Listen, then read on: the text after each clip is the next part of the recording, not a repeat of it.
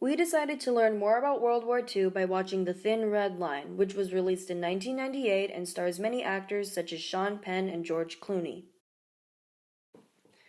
The movie takes off on an island in the South Pacific where an American Marine named Whit, played by Jim Caviezel, is living with the native Melanesians after deserting the Marines.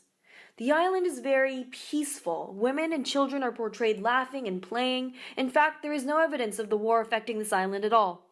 I think they put this in the beginning to contrast the peaceful Melanesian island to the distressful Solomon Islands, which appear later. So we're not really sure why Whit was on this specific island to begin with, but he doesn't get to stay there for long. The company's first Sergeant Welsh, played by Sean Penn, soon finds Whit on the island and makes him come back to the U.S. Marines to serve as a stretcher bearer for the company as punishment for going AWOL. Whit's return is during the time when the company is preparing for the Battle of Guadalcanal. So we'll get into the historical significance of the Guadalcanal battle later, but essentially it was an attack of American forces on the Japanese, one that resulted in a victory for the Allied powers. So on the island of Guadalcanal, we see the American Marines experience the life and death situations that ceaselessly present themselves as they fight in the hot and hellish conditions of Guadalcanal to prevent the Japanese from taking control of the island. There are a lot of realistic scenes that depict the actions of individual Marines that were special because they showed us aspects of war life through personal stories, something you don't find in a textbook. For example, in one of the final scenes, Whit distracts the Japanese soldiers for long enough for the Marines to retreat by refusing to surrender. So Whit basically bravely dies for the sake of the cause, which really depicts the sacrifice and courage that many people like Whit had to undergo for the victory of the Allies. There's also a scene after the battle where the Marines bury their fallen brothers. This brings us to themes. The title of this movie, The Thin Red Line, is taken from a line in the novel the book was based on. They discover the thin red line that divides the sane from the mad, and the living from the dead. The thin red line, or to cross the red line, is a common phrase to mean a point of no return or a limit past which safety can no longer be guaranteed.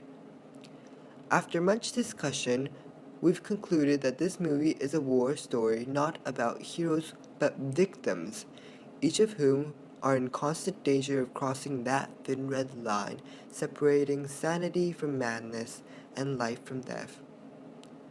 In the movie, we follow Whit and many other characters to their individual near-death experiences and their ability to move on.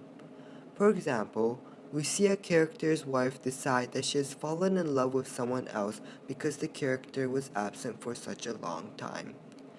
We also see Marines sacrifice their lives in order to save their comrades from the Japanese. The Thin Red Line is primarily focused on the personal experiences of different individuals. So, while the movie takes place during World War II, it's not really about the war. Nonetheless, all the aspects of the war portrayed in this movie were pretty accurate. The Battle of Guadalcanal, which is the battle featured in this film, was an important battle in World War II, especially for the Allied forces. When the Japanese started threatening Australia after taking control of the majority of the South Pacific, American forces tried to prevent them from taking control by using their base in Guadalcanal to attack the Japanese who had just built an airbase there. The movie seems to have portrayed this battle fairly accurately. The battle took place in Guadalcanal, which is located in the southwestern Pacific, northeast of Australia. This location was kept the same in the movie. In fact, they filmed the movie in the Dainty Rainforest in Queens Island, Australia, close to where the battle actually happened. Both sides suffered major losses, which was clearly depicted in the movie. Thousands of Americans and Japanese died as a result. Also, this movie is based off a book written by a soldier who participated in the Battle of Guadalcanal named James Jones. This adds a personal touch that we think makes this movie all the more real, relatable, and accurate. The movie had its pros and cons. The scenery of the island shown throughout the film were beautiful. It had a lot of talented, well-known actors, including George Clooney, Woody Harrelson, Sean Penn, John Cusack, and John Travolta, who did a great job at portraying their characters. One of the reasons we chose this movie initially was because it was nominated for 7 Academy Awards as well as 40 other awards.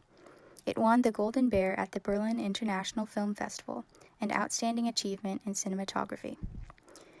We think that the movie's production team did not disappoint. The usage of different photographic elements, lighting, depth of field, texture, heightened the experience of watching the movie. でも、とても長いですね. However, the film was 2 hours and 50 minutes long. It was hard to get through because most of the movie takes place on the same island and there were only 2 battles. Overall, we think this movie was worth watching and would recommend it to anyone who wants to get a better understanding of the personal struggles World War II soldiers faced. By watching The Thin Red Line, we got a better understanding of the war from an American soldier's perspective, and how the war changed the lives of Marines who, like everyone else, are human beings with unique stories and experiences. One realization that I had was that Marines lived constantly knowing that the people they loved and knew could get killed at any moment. As a Marine, you had to be willing to sacrifice everything.